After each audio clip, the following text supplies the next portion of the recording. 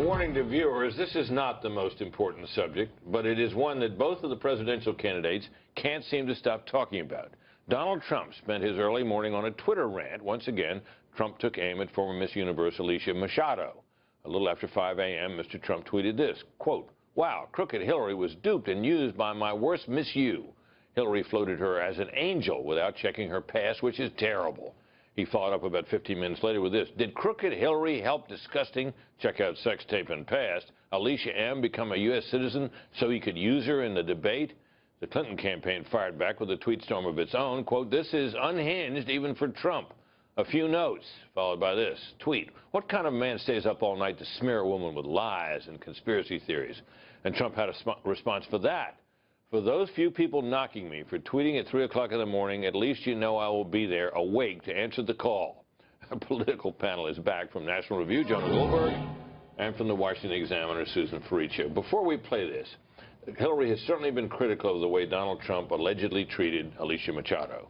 And it all had to do with the fact that while she was Miss Universe, she gained too much weight in his view. We have some video from the time, and it puts a little different light on how he acted toward her. Let's take a look at it. Alicia is like me and like a lot of other people. I love to eat. We all love to eat. Not all of us. Some of you are lucky, but we eat. We like to eat. And she had tremendous pressure put on her with the win and everything else. Plus, she was going from country to country, all foreign places. And there was a huge amount of pressure. And some people, when they have pressure, don't eat. And some people, when they have pressure, eat too much, like me, but like Alicia.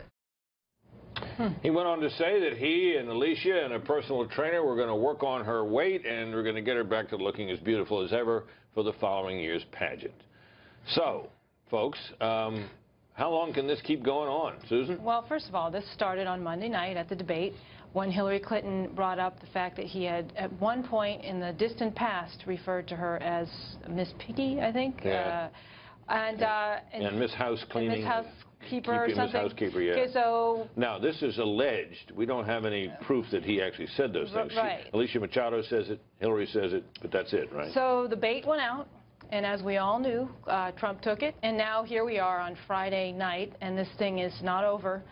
And really, it's less about this one particular incident than it is just about the pattern that everyone now is familiar with Trump, which is to take the bait, and not only just take the bait, just not let it go, make things worse for a while, and then have it go away for a while until something else happens. And that, I think, is what the pattern is we're seeing with this.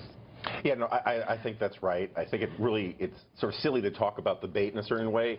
The fact is that the Great White took it, and now you got to talk about what the Great White is doing to get off the hook. And this points to a fundamental problem that I think Donald Trump has. When he's punching up, he's winning. That's how he won the primary. He took on Jeb, who was this big front runner. He took on the RNC. He took on the Washington establishment. He took on the powers that be, and he looked great. He looked like a hero to his fans. When he punches down, he looks really, really bad. And we learned that with the cons.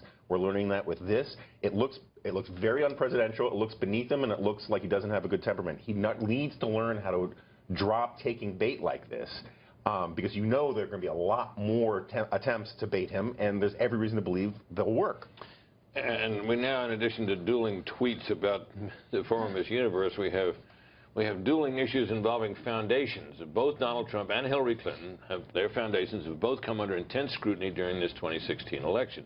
Today, a new issue involving Donald J. Trump Foundation. It has never obtained the certification that New York State requires for a charity to solicit money from the foundation's New York office.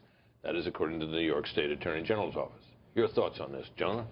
Well, I think in and of itself, this is not that big a story, save for the fact that it reinforces other stories about the sort of shoddiness and slipshod way that foundation has been run. You're talking about the Trump Foundation. The Trump Foundation. Right. It also kind of undermines the whole I hire the best people thing. But ultimately, I think these foundation stories kind of cancel each other out. That's my question, because there's a great deal that has been learned about the Bill and Hillary Clinton Foundation and the way it's dealt with people and the walking conflict of interest that a lot of people felt the foundation automatically was.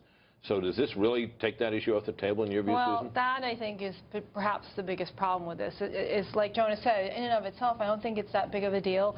But if they do cancel each other out, in other words, if it makes it harder for Trump to attack or go after her, say, at the next debate on Clinton Foundation because he doesn't want to get the return fire on Trump Foundation, that's taking something out of his arsenal that could have been a really effective and powerful way to go after Clinton. Yeah, and I think the Clinton Foundation is arguably a much worse agree thing. with that. Mm-hmm. The Trump Foundation sounds like it was a little sleazy, a little self-dealing. The Clinton Foundation, in violation of direct orders from the president, in violation of standard practices, was basically a giant slush fund and sort of a super PAC for the Clinton Foundation where she kept her cronies on payroll. There's an ancient principle in political philosophy that any foundation that has Sidney Blumenthal on the payroll is up to no good. Folks, Sidney Blumenthal, of course, is a longtime Clinton friend, intimate, and operative, Yep. who enjoys, here in Washington and elsewhere, not the greatest reputation for straight dealing. Joan and Susan, thanks very much.